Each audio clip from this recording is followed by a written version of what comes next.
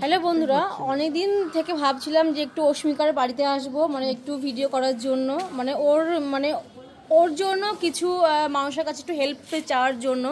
তো আমরা এমন দিনে এসেছি, তো আজকে ও বাড়িতে নেই। আজকে ওর বাড়িতে এসে জানতে পারলাম যে ওকে খুব অসুস্থ হয়ে পড়েছিল, তার জন্য ওকে চেক আপ করতে নিয়ে গেছে। 6 তারিখে আসবে। তো চলো ভেতরে একটু ঘুরে আসি। এসেছি যখন ভেতরে গিয়ে ঘুরে আসি। হ্যাঁ, অনেকদিনের আশার ইচ্ছা আছে কিন্তু। হ্যাঁ, দিদি এসছে, পলিদি এসছে, আর আমি এসছি।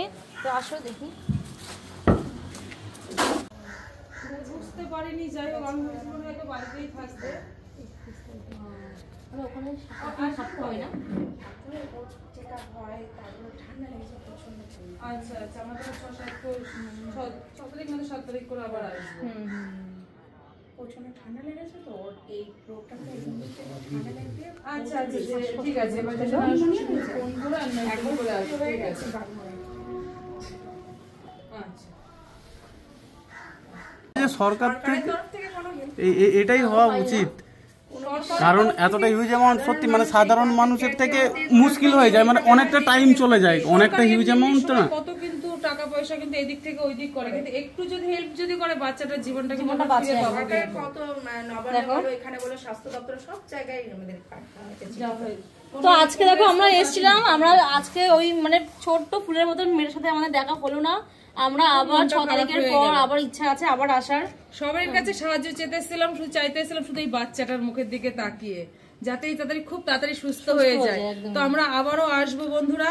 আর দেখো মাঝখানে কথা বলছি, এই জায়গায় স্ক্যানার দেওয়া আছে, সবাই তোমরা প্রত্যেকটা লোক এই ভিডিওটা শেয়ার করবে, এবং যে যেটা ডোনেট করতে চাও এই স্ক্যানার নাম্বার দেওয়া আছে, স্ক্যানারে ডোনেট করলে সবাই সেটা পৌঁছাবে, তাদের বাড়িতে পৌঁছাবে। সবাইকে বলছি এই ভিডিওটা তোমরা প্রত্যেকে শেয়ার করবা, আর বেশি বেশি শেয়ার করো, সবাইকে বলছি। ভাইকে ফোন করো, তোমাকে লিংকটা পাঠিয়ে দেবে, তাহলে তোমরা যখন ছাড়বে ক্যাপশনে লিংকটা দিতে পারবে। আচ্ছা আচ্ছা আচ্ছা, তো ঠিক আছে। এই যে হলো আমাদের সোনামায়ের ছবি। যাই হোক, তো খুব তাড়াতাড়ি আমরা চাই যেন সোনামা যেন ভালো হয়ে যাক, সুস্থ হয়ে যাক, কোলের সন্তান যেন মায়ের কাছে যেন ভালো থাকে। তো ঠিক আছে, সবাই এই স্ক্যানারে কিন্তু টাকা পয়সা যে যেমন পারবে তেমন কিন্তু সাহায্য কিন্তু করবে। ঠিক আছে, আর না পারলে অন্তত শেয়ারটা করে দিও, যে যেমন পারবে, একদম ঠিক আছে।